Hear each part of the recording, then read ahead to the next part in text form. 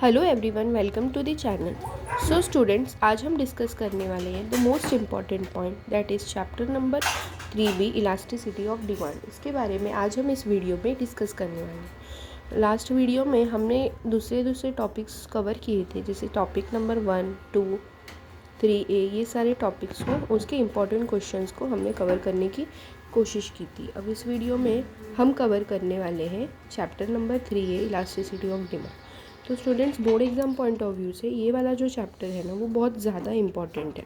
ठीक है, तो इसको करना भी इम्पॉर्टेंट है। इसके क्वेश्चंस 100% आते ही है एग्ज़ाम में, तो आप लोगों को ट्राई करना है कि आप लोगों को इन क्वेश्चंस को समझना है और साथ ही साथ करना है। Most of the time students को ये चैप्टर्स बहुत डिफ़िकल्ट पड़ते हैं। ठीक है, ज़्यादा तो सबको ये चैप्टर्स बहुत डिफ़िकल्ट पड़ते हैं, तो आप लोगों को ट्राई करना है कि इसको समझ के लेना है। तो इस वीडियो के थ्रू हम आज शॉर्ट में ये सारी चीज़ों को समझ के लेंगे कि क्या कैसे होता है। ओके, तो we will start with our video. जैसे कि आप पहले देख सकते हो इंट्रोडक्शन। ठीक है, इंट्रोडक्शन में है प्रोफेसर मार्शल की तरफ से elasticity of demand is great or small according to the amount demanded, which rises much or little for a given fall in the price, and quantity demanded falls much or little for the given rise in the price. ठीक है, ये जो elasticity होता है ना, वो elasticity of demand है। मतलब डिमांड के ऊपर ही ये डिपेंडेंट होता है कि कितना वो गुड्स इलास्टिक है और कितना वो गुड्स अनइलास्टिक है। ठीक है, इनइलास्टिक और इलास्टिक है। तो सबसे पहले हम ये कोशिश करेंगे कि हम इलास्टिक और इनइलास्टिक के बीच का फ़र्क समझ सकें। ठीक है, तो इलास्टिक जो होती है ना चीज़ें, वो वैसी चीज़ें होती है जिसको कि हम इग्नोर कर सकते हैं, बट इनइलास्टिक को हम इग्नोर नहीं कर सकते। फॉर एग्ज़ाम्पल, इलास्टिक मतलब कि अगर कोको कोला का बॉटल है 20 रुपीज़ वाला जो नॉर्मली आता है, अगर समझो वो अचानक से 30 रुपीज़ हो गया, तो इज़ इट नेसेसरी कि अगर मैं वो नहीं लूँगी तो आई विल नॉट सर्वाइव? नहीं, ऐसा कुछ भी नहीं है।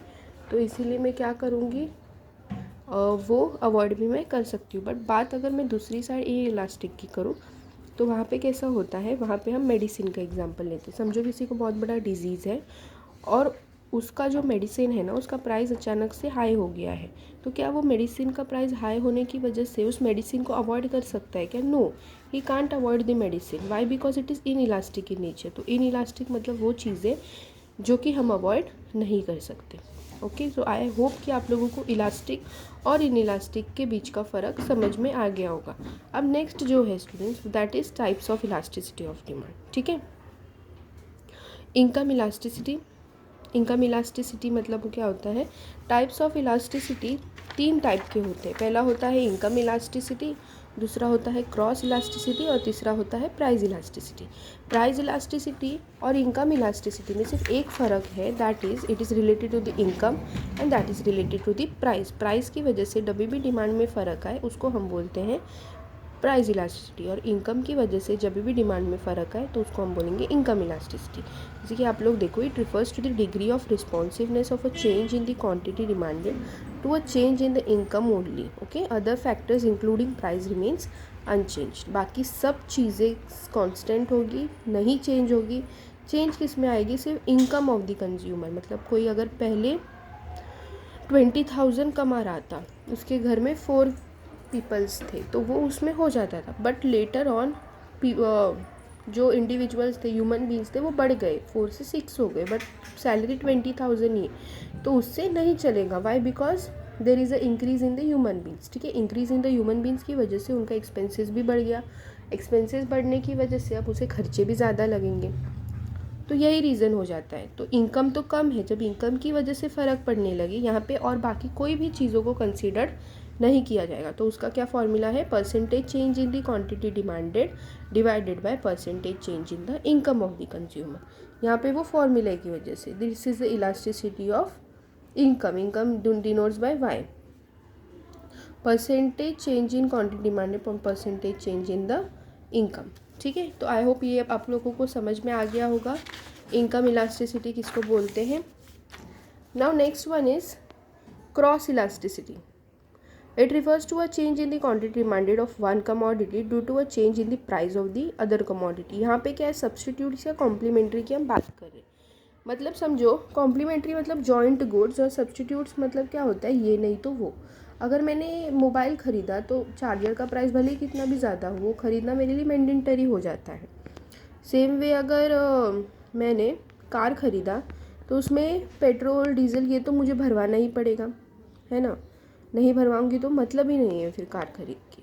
या फिर जब हम, ये कॉम्प्लीमेंट्री की बात थी, सब्स्टिट्यूट्स की जब हम बात करेंगे सब्स्टिट्यूट्स की, तो सब्स्टिट्यूट्स में कैसा होता है स्टूडेंट्स कि वहाँ पे अगर मेरे पास शुगर का प्राइस बहुत ज़्यादा बढ़ गया है तो I will switch towards jaggery, गुड़ की तरफ मैं स्विच करूँगी। ओके, तो इसको हम बोलते हैं सब्स्टिट्यूट्स। तो जब एक प्रोडक्ट के डिमांड प्राइस के राइज होने की वजह से जब हमारा दूसरा प्रोडक्ट का डिमांड क्या होने लगे, बढ़ने लगे, है ना। अगर उसका प्राइस बढ़ गया पहले वाले का तो मैं वो नहीं खरीदूंगी, मैं दूसरा प्रोडक्ट खरीदूंगी। तो उसको हम क्या बोलते हैं, क्रॉस इलास्टिसिटी ऑफ डिमांड। जैसे देखो percentage change in the quantity demanded by percentage change in the price of B, तो इसको हम बोलते हैं क्रॉस इलास्टिसिटी ऑफ डिमांड। और लास्ट जो है प्राइस में मैंने आप लोगों को बताया था, पहले मैं एप्पल ख़रीदती थी तो वो 1000 रुपीज़ किलो था, फिर अचानक से वो 12,000 हो गया। तो प्राइस के राइज होने की वजह से जब मैं अपने डिमांड में कम कर दूंगी तो that is called as the price elasticity of demand. Okay, यहाँ पे हम फॉर्मूला देखेंगे स्टूडेंट्स, और percentage change in the quantity demanded divided by percentage change in the price. तो आई होप आप लोगों को ये तीनों भी पॉइंट्स समझ में आ गए होंगे कि what are the types of elasticity of demand. अगर आप लोगों को वीडियो पसंद आ रहा होगा तो प्लीज़ लाइक द वीडियो, और लाइक भी कीजिए, सब्सक्राइब भी कीजिए, और ज़्यादा से ज़्यादा लोगों तक शेयर कीजिए ताकि वो भी इस वीडियो के थ्रू ये सारी चीज़ों को अंडरस्टैंड कर सके। ओके, जो भी HSC अपीयरिंग स्टूडेंट्स है दिस ईयर वाले, उनके लिए। ओके, अगर आप लोगों को कोई भी डाउट्स रहेंगे तो आप लोग मुझे कमेंट सेक्शन में कमेंट करके पूछ सकते हो। ठीक है, थैंक यू सो मच। अब हम नेक्स्ट वीडियो में नेक्स्ट टॉपिक के बारे में डिस्कस करेंगे। Till then, thank you.